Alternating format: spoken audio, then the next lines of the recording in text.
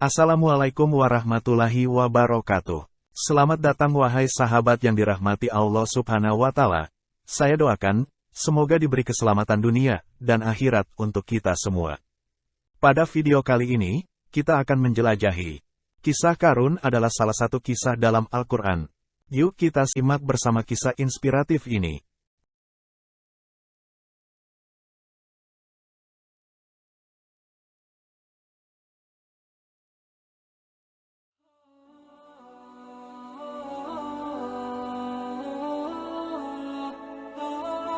Sombong adalah salah satu sifat yang dibenci Allah Subhanahu wa Ta'ala. Hal ini diungkapkan dalam Al-Quran serta disebutkan dalam beberapa hadis Rasulullah Shallallahu Alaihi Wasallam.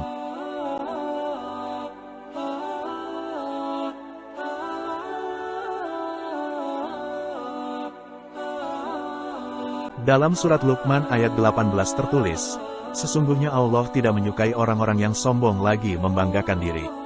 Sementara Rasulullah Shallallahu Alaihi Wasallam pernah bersabda, sombong adalah menolak kebenaran dan meremehkan manusia. Hari Muslim.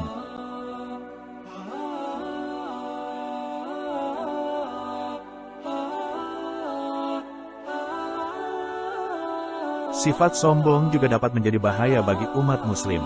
Orang-orang yang sombong bahkan diabaikan Allah Subhanahu wa Ta'ala pada hari kiamat.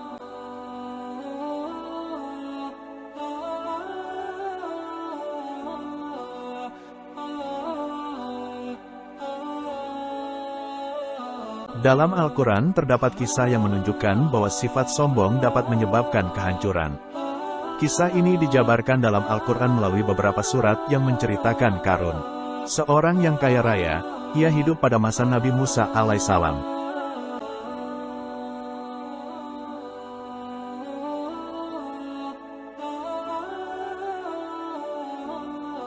Dalam surat Al-Qasas ayat 76 diceritakan bahwa Qarun adalah umat Nabi Musa yang dilimpahi harta kekayaan.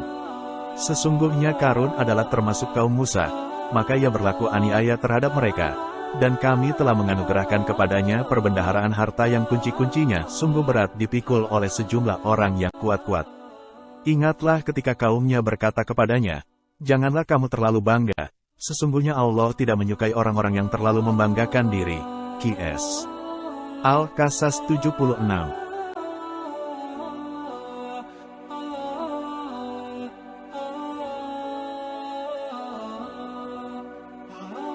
Ibnu Katsir dalam tafsirnya berpendapat, mereka adalah penduduk Abdul Ghafar. Qarun disebutkan masih memiliki sebuah desa yang berada di antara Madian dan At-Tur. Awalnya ia dikenal sebagai sosok yang pintar dalam berdagang. Ia juga mendapat negeri yang subur dengan kurma dan hasil laut berupa ikan yang berlimpah. Qarun juga dikenal sebagai orang yang memiliki suara merdu kala membaca kitab Taurat.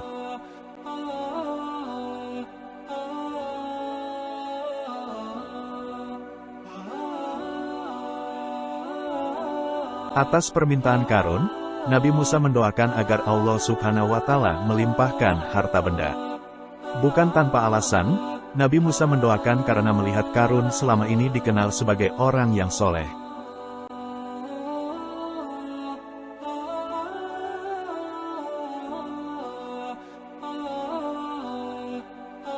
Saking banyak harta yang dimiliki, Qarun bahkan tak pernah pergi seorang diri.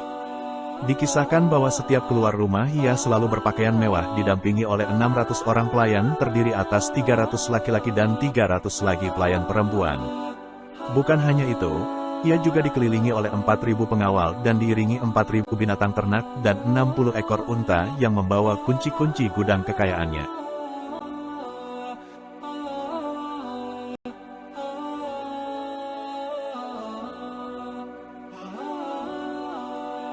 Dengan kekayaan yang berlimpah ini, ternyata Qarun menjadi ingkar dan berkhianat. Dia, Qarun, berkata, sesungguhnya aku diberi harta itu semata-mata karena ilmu yang ada padaku. Tidakkah dia tahu bahwa Allah telah membinasakan umat-umat sebelumnya yang lebih kuat daripadanya dan lebih banyak mengumpulkan harta? Dan orang-orang yang berdosa itu tidak perlu ditanya tentang dosa-dosa mereka. Qs. Al-Qasas 78.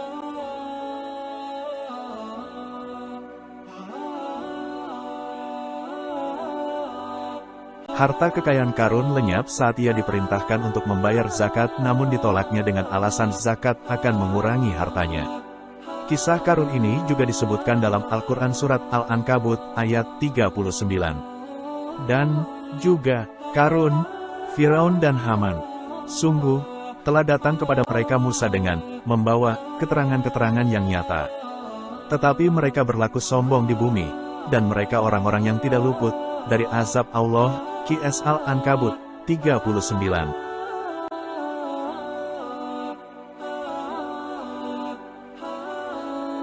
Puncak kesombongan Qarun terjadi saat ia merasa menjadi orang yang paling baik dari seluruh umat manusia.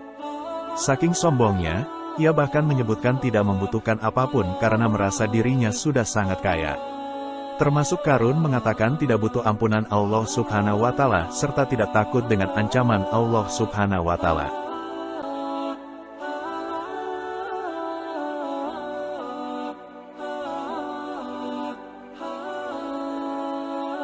Akibat kesombongan Qarun tersebut, ia kemudian mendapat azab yang pedih.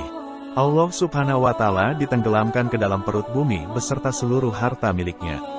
Maka kami benamkan dia, Qarun, bersama rumahnya ke dalam bumi.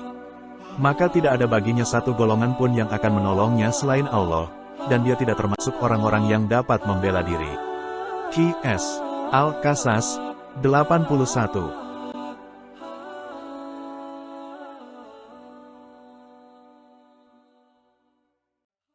Allah Subhanahu wa Ta'ala sudah memperingatkan kepada umatnya untuk tidak bersikap sombong dan takabur. Sesungguhnya semua perbuatan akan ada ganjarannya. Negeri akhirat itu kami jadikan bagi orang-orang yang tidak menyombongkan diri dan tidak berbuat kerusakan di bumi. Dan kesudahan yang baik itu bagi orang-orang yang bertakwa. QS Al-Qasas 83.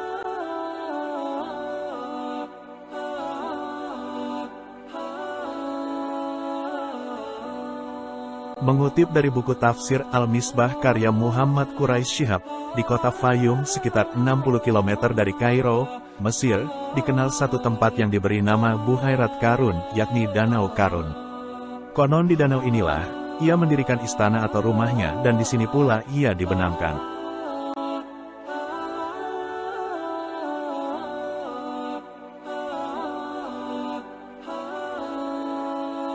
Di lokasi ini terdapat sebuah danau yang sangat luas.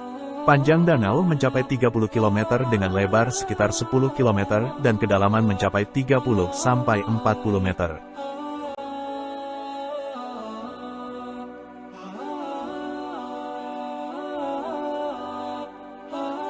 Salah satu bukti arkeologis yang dapat dijumpai di lokasi tersebut adalah reruntuhan bangunan yang disinyalir sebagai tempat tinggal Qarun yang berjarak sekitar 2 km dari Danau Qarun. Menurut beberapa sumber, bangunan yang masih berdiri kokoh tersebut adalah benteng yang dibangun oleh Qarun, namun ada juga yang mengatakan bahwa bangunan tersebut adalah tempat tinggal.